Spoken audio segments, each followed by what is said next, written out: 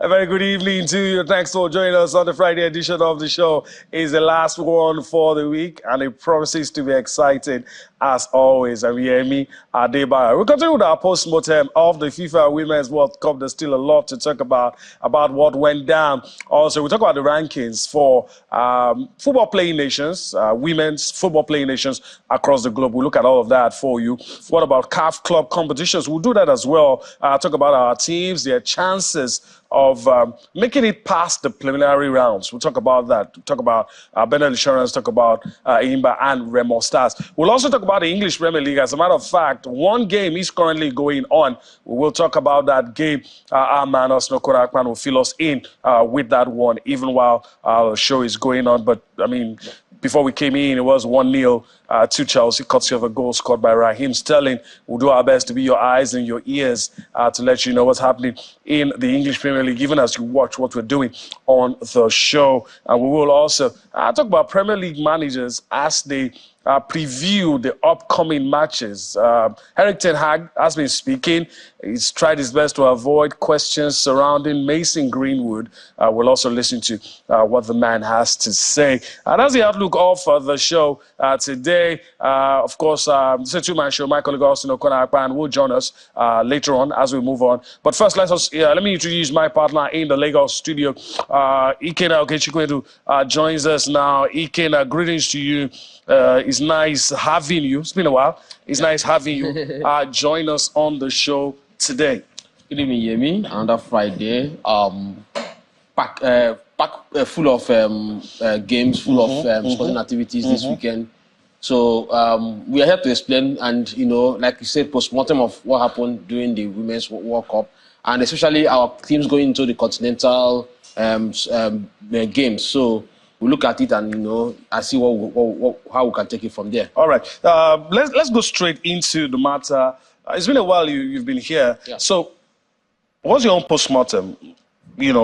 Our focus on the Super Falcons, your assessment and the way forward.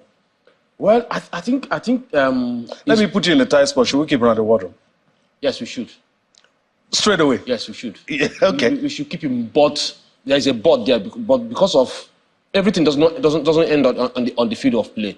So his relationship with the NFF, I think, is strained at this moment. And I think whatever the NFF takes, he himself didn't do a word of good to his staying. And I don't think anybody thought that we are going to have such a good tournament. Okay, in fact, they were on the verge of sacking him before the tournament, but something happened. They kept him on, and all well and good. We did very, very well. We did beyond our expectations. Qualified from a title group, didn't lose a game. In the 4 games we played top nations, the host, the potential World Cup winners, the Olympic champion. I mean, it was a wonderful tournament, and it's been a while we've seen our Super Falcons on that level, global level, played out well. If they entertained everybody. I think they are the 10th best team according to FIFA for the World Cup. So it has been a good tournament. I think whatever happened, they should have maybe sort out their differences and let him continue, because I think he's on a project. He was going somewhere and he had the Olympic in his mind, and the kind of bold lineups he put out, the kind of bold the players he took to the World Cup shows you that he had a lot of plans. Okay. Probably 1 year, 2 years down the line. But I won't blame the NFF for if they don't decide not to go ahead with it. I mean, you can't work with somebody you can't trust, and you don't have a good relationship is strained. Yeah. All right, now my colleague Austin Okonakman is ready now. Greetings, Austin. It's good to go this route with you again today. Body greetings to you, It's body greetings again, and everyone joining us on the show tonight. Action-packed world of sports. Thank God it's Friday and so much is happening right here in the English Premier League. There's a live game. We'll give you updates, but let me dive straight into the conversation that you're having with Ikena in the studio, Coach Randy Waldrum and the Super Falcons. Maybe because I'm not supposed to come out and be so opinionated on this show, I think that we shouldn't forget the things that happened before the World Cup, and all of those things count when you're assessing the Super Falcons at the World Cup. The outburst they had with the NFF, that's pure show of disobedience, to your employers. And of course, it was wrong timing. It didn't show leadership. don't think he managed it the way he should have, particularly that you're leading in a team to the World Cup where you need all of the good press, and then you need good vibes going on. And before that World Cup, I was saying that he doesn't have what it takes to lead a senior women's national team such as the Super Falcons. I'll tell you why. The Super Falcons isn't just a big team in Africa. They are the model for women's football in Africa. You need someone who understands that philosophy of winning and keep the team in that path. Coach Randy Wardrum didn't show that, So I think he's built for college football. I think he needs to go back, take a look at countries and how to, stabilize big countries and their football teams before he dives into it, because it's serious business. It goes beyond just getting on the pitch and playing football. You can be part of the developmental model, for the country's football. So this is the Super Falcons that are so respected, that have been there, done that with titles in African women's football. You want someone with a winning mentality. You want someone who is beyond just a manager, but a father on and off the field. You want someone who will bring about strategic, ideas that we keep promoting the team and make it the brand, in fact, an even bigger, better brand than they've been. I don't want people to come like, oh, Austin, you don't like this man. We try to come on this job and, be as objective as we can. These are the things that I've seen, and I think that, look, for the Super Falcons to stay winning, we need a manager that understands what it means 100%, hear me.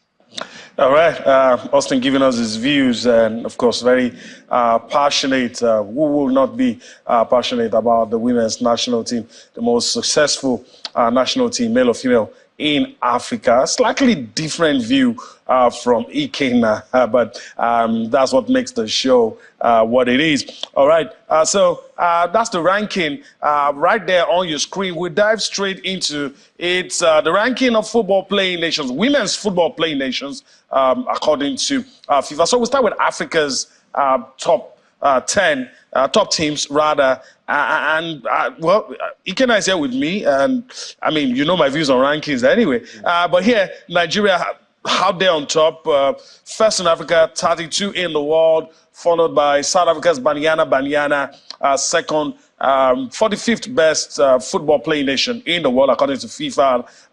Cameroon in the third position, Morocco in fourth, Black Stars of Ghana.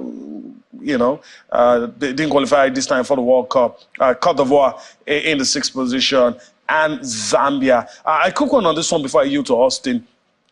Your thoughts on this one before we go to the global? I think FIFA should scrape the female ranking, probably start afresh, because it's a bit lopsided. Because now that the World Cup is gone, the African teams will come home and start playing each other. They don't usually get those high-profile friendly games against top European teams, top South American. So it doesn't help the coefficient. It doesn't help the coefficient. So now Nigeria is going to play Morocco. Morocco is ranked 50-something. So, and if they win, doesn't really... Times of, yeah. Exactly. So I think because what we saw in this World Cup, rankings flew off the window. We were very sure. We watched these games, and this was one of the most entertaining female World Cups we've seen. The most. Exactly. So the rankings flew off the window. Everybody played, even Vietnam. You can see everybody had a plan. Panama, Jamaica, the debutants. They give a good account of themselves. So. Exactly. So I think if you ask me, it doesn't, because these teams now, Germany is not going to play Vietnam maybe for the next 3 or 4 years. So how are they going to improve on their ranking? Okay, so if we can use these teams that came to the World Cup, probably we can start the ranking from there and see how we can, be able to start. Because it's necessary when it comes to draws, when it comes to other things they can do, and also help their players in terms of profile when they want to get to a bigger club. So I think from what I've observed, they should look at it again and see how they can really help the teams, especially from those continents like Africa. But you don't have issues with the placing of the teams? No, I don't have it. I don't have it because it's what we saw on the board. It's a reflection of what we saw. And Nigeria has, over the years, been on top. So it's not easy for it. Like South Africa is the best. South Africa and Morocco are the best playing teams in Africa as before the World Cup. Based on the results at the AFCON. But you can imagine where Morocco was coming from before that tournament. You understand? So I think they should take a look at it again and see how they can help these teams. All right. Ikena saying things that FIFA should look at. Free advice from Ikena on the show. Austin, what's your take on the FIFA rankings? I think we all agree in terms of placement. Probably can't disagree with how it is, but I don't know if you have other views related to the rankings. Well, definitely, I'm questioning FIFA. What's Cameroon doing ahead of Morocco? How did they come about that? You know, because Morocco went to the World Cup debutants, made it to the round of 16 against all odds, made it to the final of the CAF Africa Women's Cup of Nations, and they've been consistent, particularly with the way they've been building football in Africa. So why is Cameroon ahead of Morocco? You know, so all of these questions you keep asking, but I like the fact that the Super Falcons maintained their dominance. In fact, moved 8 places, which is so good for that confidence that I talked about. That we just need someone who understands what it means to keep, sustaining the momentum that the team is building.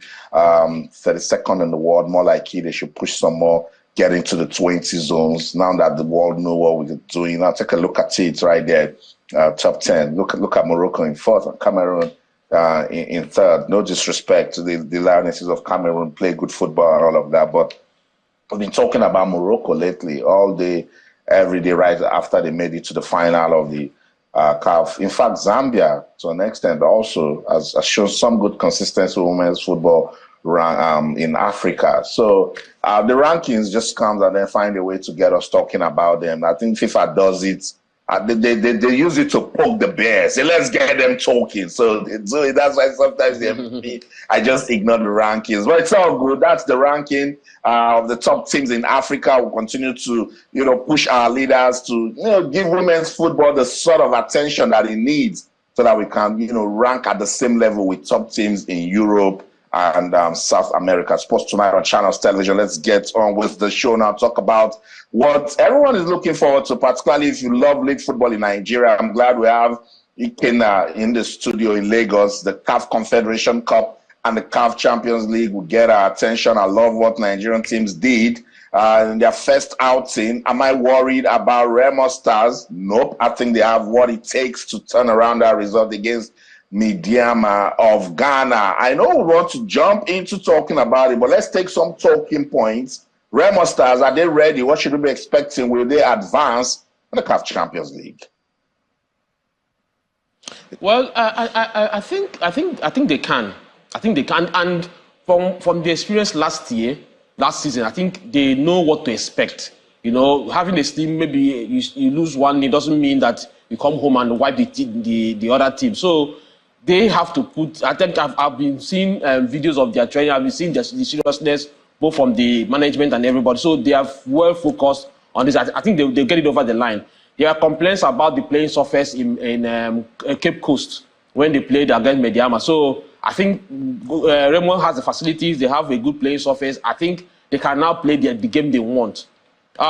For insurance, I think one thing I know about insurance is that they don't concede many goals. They concede. I think they have a good. In fact, at the point, people are saying they are draw specialists. So if they can take that to the tournament, why not? They can go there. It's not going to be easy. They have not played in the continent for a long while.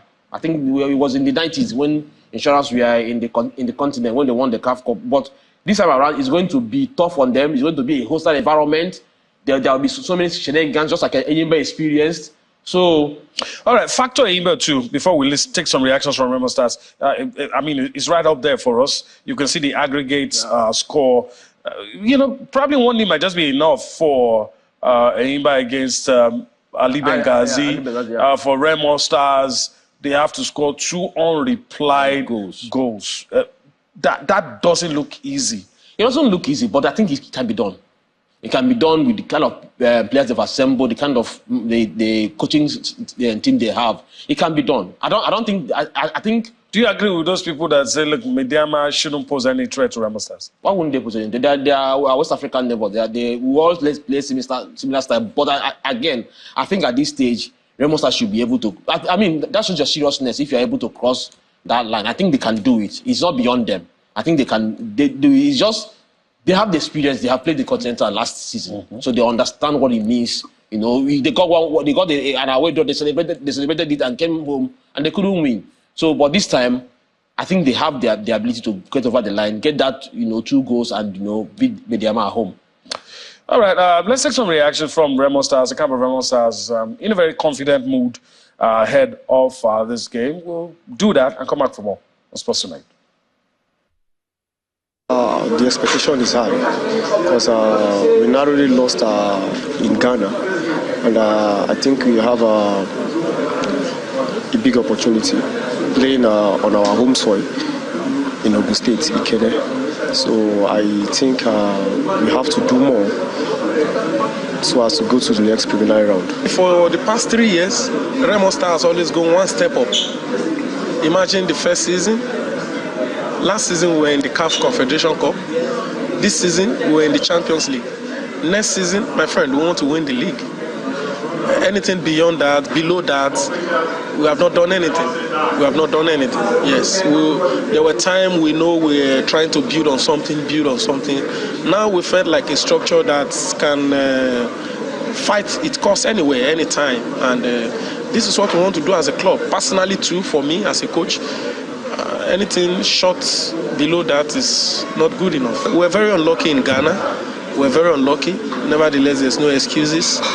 And this time we want to come and revive ourselves in Nigeria so that we can qualify for the next round. We're going to show them a lot of respect. The team, we're not going to approach the game like they are a walkover team. No. We're going to show them a lot of respect and find every means possible to qualify for the next round of the Champions League.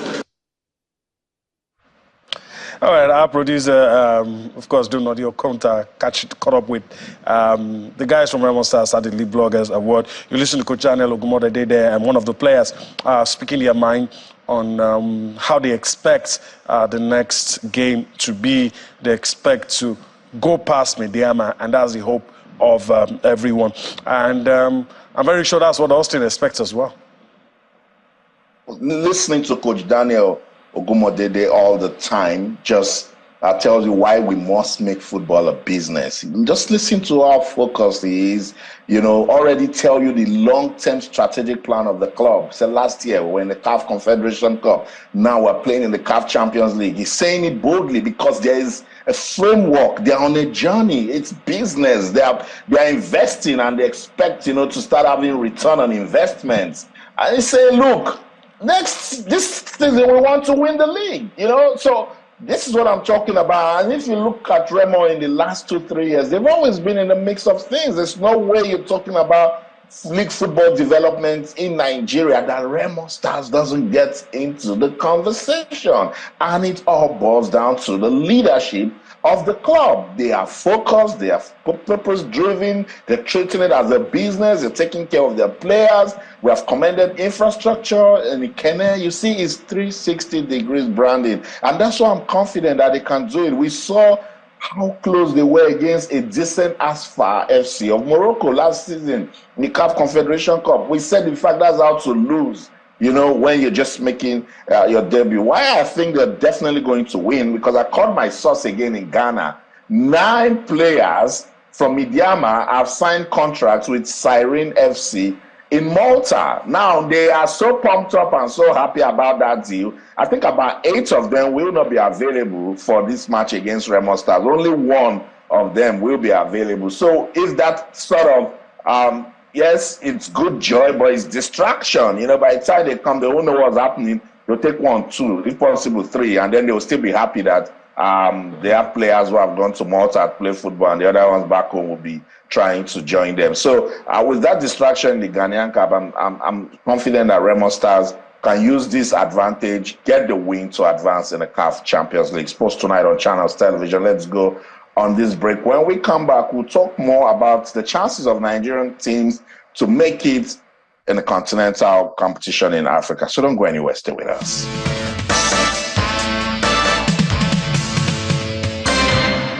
Welcome back, Sports Tonight on Channels Television. We're reviewing the second leg action preliminary round in the CAF Champions League and CAF Confederation Cup. 3 Nigerian teams, Aimba, Remo Stars, in the CAF Champions League, and then Bendel Insurance and the CAF Confederation Cup. That, I think, they have a very difficult mountain to climb when they get to Algeria to take on ASO Chiefs. Ikena, I'm the positive guy. I'm still positive. I won 3 out of 3, but somehow I think it will be 2 remaining after the second leg. So what 2 teams do you think can make it for Nigeria? On paper is Remo Stars and Enyimba, of what they are, the kind of results they got in the first leg. I think we should write off Bendel Insurance. That's the thing. This is football. We should write them off.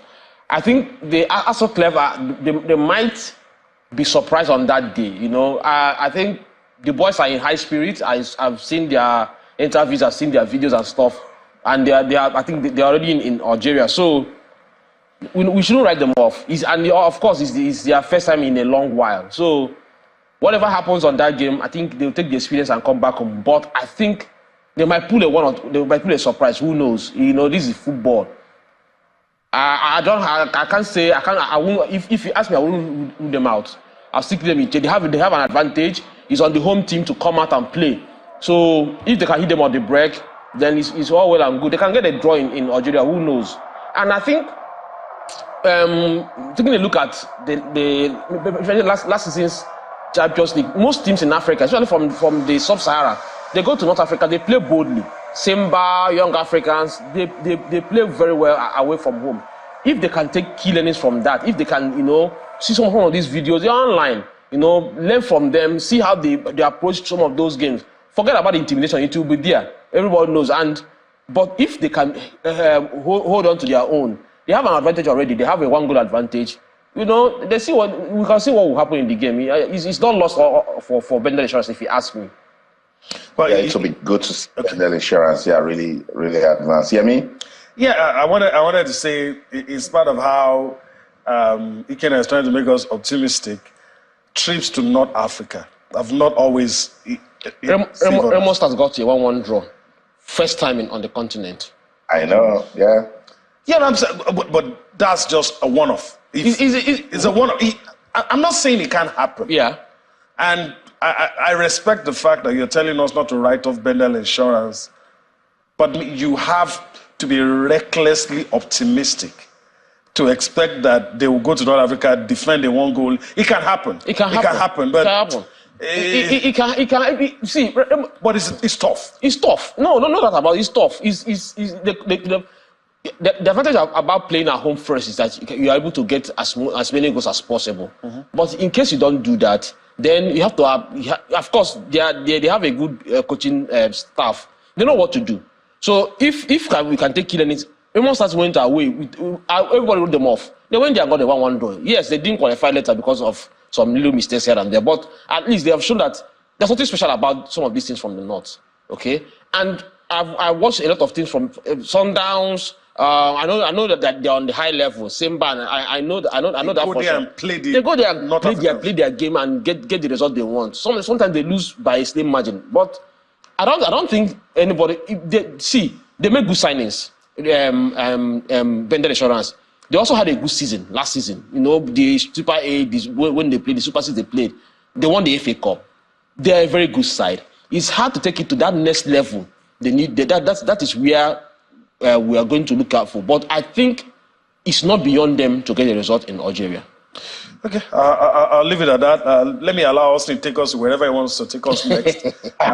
But I was going to bring I'm hopeful. Yeah, I was going to bring the conversation back home. And no, this is not writing of Bendel Insurance. We're just analyzing football, from what we have on the books. And I'm glad Yemi mentioned that Nigerian teams haven't really done so good with North African teams. But look, this is football where impossible is nothing. So Bendel Insurance, I like the spirit that they're displaying. I like the vibes. The governor is supporting them. The deputy governor is still in the mix, trying to do everything to make sure that they stay that year and then they can yell, Ada Bendel. All the best to Nigerian teams. Let's get on with the show. We talked about a strategic plan. I said Remo Stars, they're doing something good. Enugu Rangers, respected football team in Nigeria, come with a lot of history.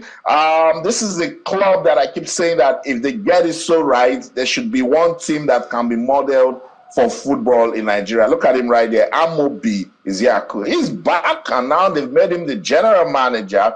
He's been in Europe getting some good football lessons and trainings, and now he's taking that back home. Ikenna, last season, Enugu Rangers struggled to stay in top flight football in Nigeria. Now they've signed a very decent coach in Fidelis Ilechukwu. Players are pumped up. Good administrators have been appointed.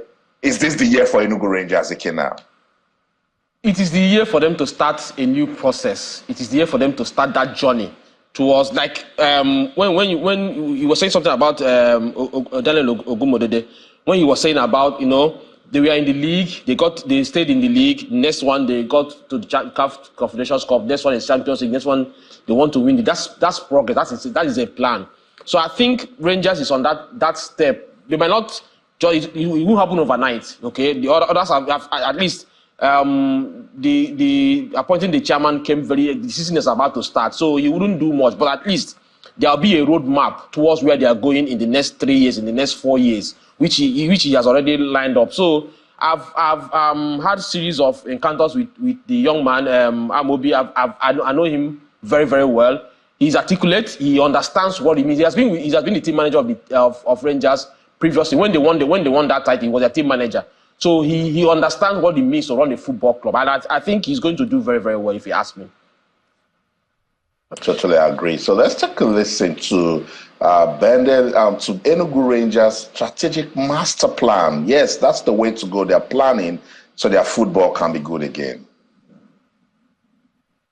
Rangers International Football Club today is one of the most historic sporting institutions in Nigeria, which is why it is considered and known to be a movement of the people, and its badge recognized all around Nigeria, Africa, and the world. And where do we want to go? We are aiming to change the landscape through commercial development and innovations, sporting excellence. And we have set out this target for 2023 to 2027, which is an ambitious one to achieve through professionalism, become the most admired and followed sports institution in Africa.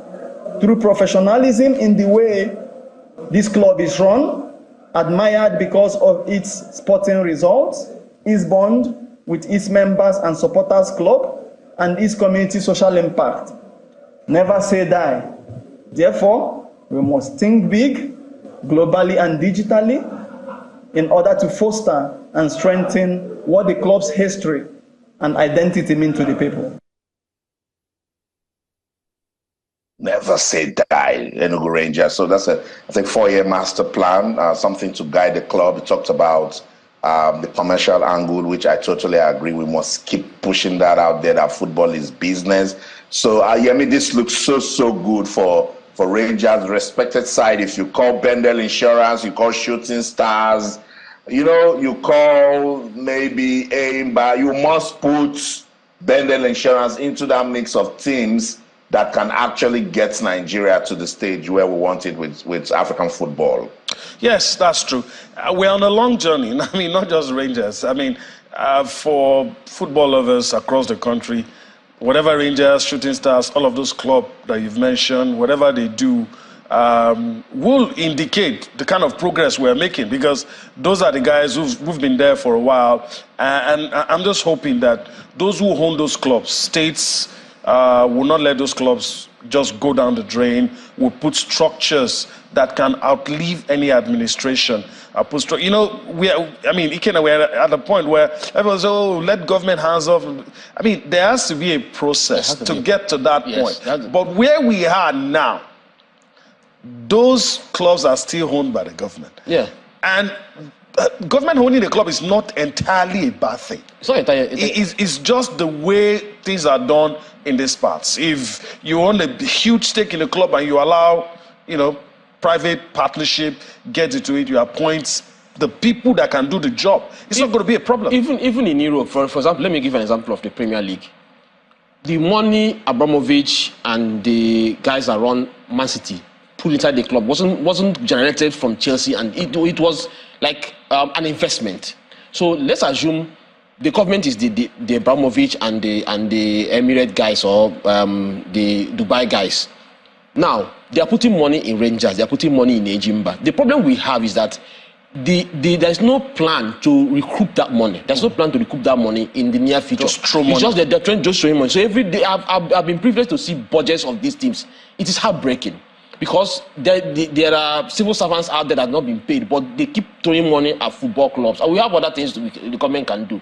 But if a government says, okay, you know what will happen? Like now they have appointed this guy in Rangers. Okay, you know what will happen?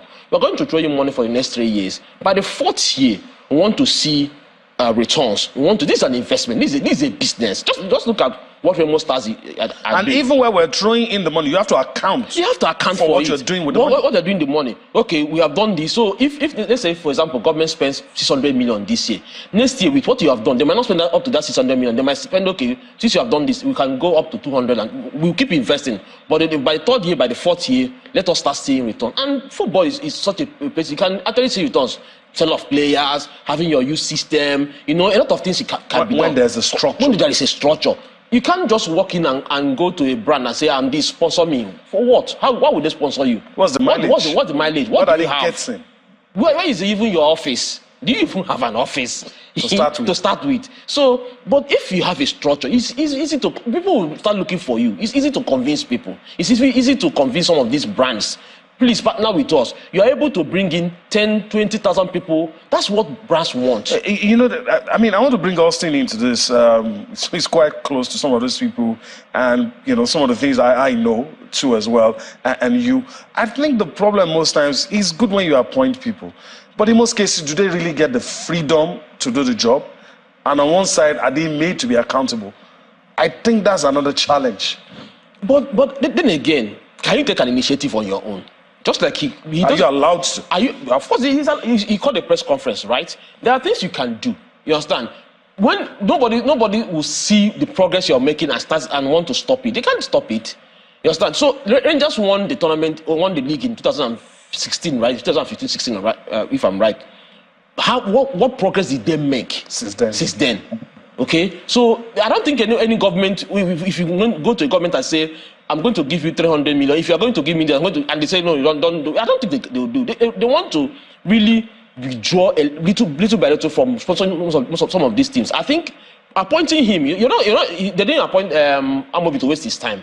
He was on a journey to somewhere. He went to get his masters, he went to get some of those courses. So you can't just bring him to Enugu to waste his time. So now he is here. I think he will be given all the full support to pursue the kind of project he wants. Right. So I believe other state governments, other people can, even as I'm seeing what is happening in Benin with Bendel Insurance, the government should not just sit on the team. Allow them to expand, allow them to progress in terms of marketing, explore in terms of marketing and communication. All right. Let's go to Austin. Yep. Probably has a thing or two to say. Then we go straight into the English Premier League. I hear there's an update. Yeah, let me quickly jump on what we're talking, particularly with league football development. It's very important, particularly those of us in the media, we must continue to say these things so administrators will know that we cannot be playing with not just football, sports, because it's a fantastic business market. I'll tell you why. You see what Abia State they are doing, for instance. You see, the governor, Alex Oti, he came in and is ensuring now that people know that he's interested. Anything you're doing as regards sports in this state, it's an executive order. I'm interested. Now people will sit up. See, when Bendel Insurance started doing well, the government was interested. I agree with it, Ken. I give them some room, but we know what it is when people who are charlatans, people who don't understand what's going on, get into the thing now, and then they allow greed and excess, to get into it, and then they start doing what they want. I like what Enugu Rangers seem to be doing. First, put it out there that, look, we are open for business. Now you're calling potential sponsors, you're calling partners, you're calling the media, you are giving hope to that young boy who wants to play football. You don't stop. Next level, execution matters. Most times we talk, and we do nothing. Start executing those plans so that people will know that you mean business. So shout out to the governor of Enugu State for this appointment, because this is one man that we know is tested and trusted. You know, Amobi comes with so much exposure and experience, and when you hear him talk about the strategic plan, you can know that this is someone who is deep. The business environment, very important. Now, how does government come in? Government should make policies that will make it easy for clubs to grow. Government should put down rules, guidelines, to say, look, we will support you to do this and do that. I said on this show the other day, enough of me hearing about Abia Warriors and Eimba. I want to hear what they are doing with football at the grassroots. You see, we're not building at that bottom. Small Luton. I live just 20 minutes from Luton. Luton, if you go see their reserve team, you'll be amazed. There's an academy. There's also what they are doing for grassroots community football development. What's the academy structure for Eimba? Or even, say, Remo Stars, you see? There's an academic structure that helps them want to always build, which is very, very important. Some teams in the MPFL don't even have Team B. You see, that's because we don't want to keep building. We want ready-made product. That should stop. We keep building now and keep building and know that it's not win at all costs. Put business into it, bring potential sponsors, and then we will be fine. It doesn't happen overnight. It's long-term planning, but we should keep doing these things so that we open up the business ecosystem and everybody will come into it and support football in Nigeria. Let's bring the discussion back to where I am. That's the English Premier League. It's now Chelsea 2, Luton 0. Who did it again? It's Raheem Sterling. Sterling is on fire. Got the second goal in the 68th minute. It took Chelsea into the lead in the 17th minute. Ben Chilwell, had a great opportunity to score. He looked at goal and decided to pass. He was trying to be, very generous. Yeah. But right after that miss, Raheem Sterling got an opportunity to, double the lead for Chelsea. So it's Chelsea 2, Luton 0. Austin, I'm here, you're there, but I have an update as well. It's 3-0 now, so I hear. Chelsea just made it 3. Interesting times ahead for Chelsea. Maybe Mauricio Pochettino will finally get his win today. It looks like they're cruising to a win. All right, let's talk about the English Premier League fixtures for tomorrow and Sunday. Let's quickly take a stab at it and, of course, go through the fixtures. I'm very sure they're going to come up on your screen for tomorrow. Bournemouth will take on Tottenham. You have Arsenal will take on Fulham. These are some of the fixtures. Brentford will take on Crystal Palace. Everton will take on Wolverhampton Wanderers. Manchester United up against Nottingham Forest. Brighton against West Ham. All of these matches will be played on Saturday and on Sunday. Okay, let me just quickly go to the screen and reel out the fixtures just for you to see. Bournemouth up against Tottenham, Arsenal against Fulham, Brentford against Crystal Palace, Everton, the Toffees, will be up against Wolverhampton Wanderers. Manchester United will be up against Nottingham Forest. Brighton, Hove Albion will be up against West Ham United. All of these matches will be played on Saturday. Then let's flip and go to Sunday. This is what's going to happen on Sunday. Burnley will take on Aston Villa. Sheffield United will take on Manchester City. Newcastle United will take on Liverpool. Of course, the standout fixture for me will be Newcastle United against Liverpool. Trade tackles. I remember last season, both managers had to be separated. It was funny seeing Eddie Howe and Jurgen Klopp on the touchline. Was a scramble. And, of course, Newcastle didn't allow Liverpool get into the Champions League. So, your thoughts, Iken, before we yield back to Austin, your thoughts, does that fixture stand out for you as well? It does stand out because everybody is tipping Newcastle United not to win the league, but at least do something, get into the Champions League qualification slots. And again, you understand? And the kind of signings they've done this season, the kind of position they are taking, I think is doable for them. Liverpool, on the other hand, is still struggling to keep for the transfer window to close because there is an offer on the table for Mo Salah. Okay, so that the press conference today was all about that question. Klopp kept answering them that he's not going anywhere. So they are really worried, about the transfer window still being open for Saudi Arabia while they have closed theirs in Europe. So and for the Saudis, once a player has a price, I mean, it's done. It's an opportunity some of the players cannot. Especially somebody like is 31 years. You understand? Musala is 31 years. He's the kind of signing they need in Saudi Arabia. All right. So, let me just pause you a little. Let me go back to Austin. Austin, unfortunately, we're not going to be able to talk about Manchester United. Maybe we'll reserve it for another day. But Ikena touched up on something very interesting. Jurgen Klopp was a bit evasive when he was asked about. He said there's no offer on the table to even start with. But what if the offer comes on the table? What happens? I think it's about the player. You know, this conversation, we've said it over and over again. Don't keep a player who doesn't want to stay. It's all on Mo Salah. You know, a lot of offers came from Victor Osimhen. He wants to continue what he did with Napoli last season, and he stayed back in Italy, you know. But if he wanted to go, and then you find out that his agents are talking to, you know, prospective clubs, he'll be distracted, you know. And I hear that Mo Salah, the body language is giving. I think right from when Sadio Mane left, Mo Salah didn't really feel Liverpool like that again. So no matter what club seem to be doing, no matter what Liverpool seem to be doing, they should be 100% sure that Mo Salah wants to stay. If he doesn't want to stay, they should let him go. I get the whole come to the media and sound like all is well, and then you people go back to asking for explanations from the player and his agent if he's really committed to the team. Look at Harry Kane and Tottenham. This is a deal that should have happened about 2-3 seasons ago, you know. So all of the times he stayed back hoping to win the CAF, the UEFA Champions League, and maybe the league with Tottenham. It didn't happen, and then he thought about it that, oh, time is, you know, brazen away, and he left at the wrong time. So if Mo Salah wants to stay at Liverpool, he will be at Liverpool. But somehow, somewhere, I think 60% of that deal will happen. All right. No, we didn't plan to do this, but I'm throwing this in, and I know our producer will help us. Ike, now we talked about it before we came to the studio. Today, we were all expecting the Spain Football Association head to announce his resignation. And indeed, there was a press conference called where he was expected to say, I'm stepping down. Guess what? He steps out and says it 4 times. I am not resigning. I am not resigning.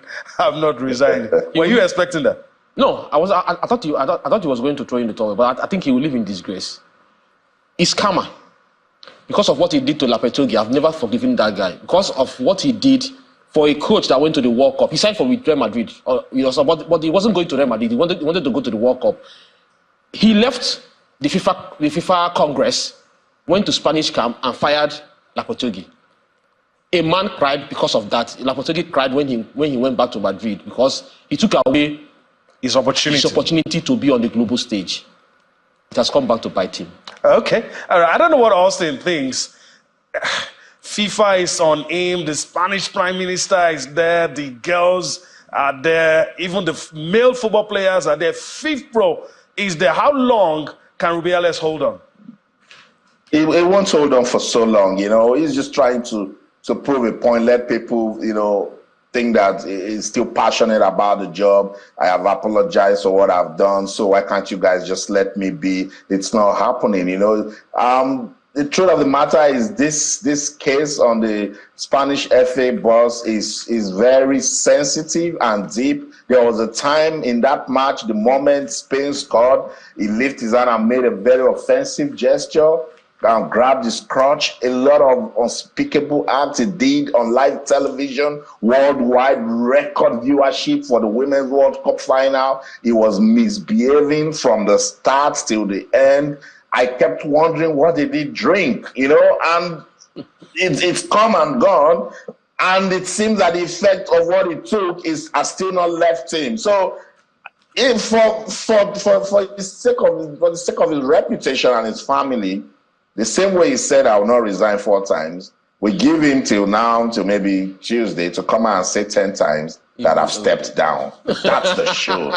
In London, I'm Austin Okonakwan. In everything you do, remember, keep talking sports. Bye for now. All right, we gotta go. We gotta go. She cracked me up there. Iken, I want to thank you for your time on the show today. We'll do this again some other time. Thank you very much. It's a pleasure. All right, that's the show. We're done for this week. You'll see us again next week. Enjoy your weekend. We'll be back with more next week. I'm Yemi Adebayo. Bye-bye now.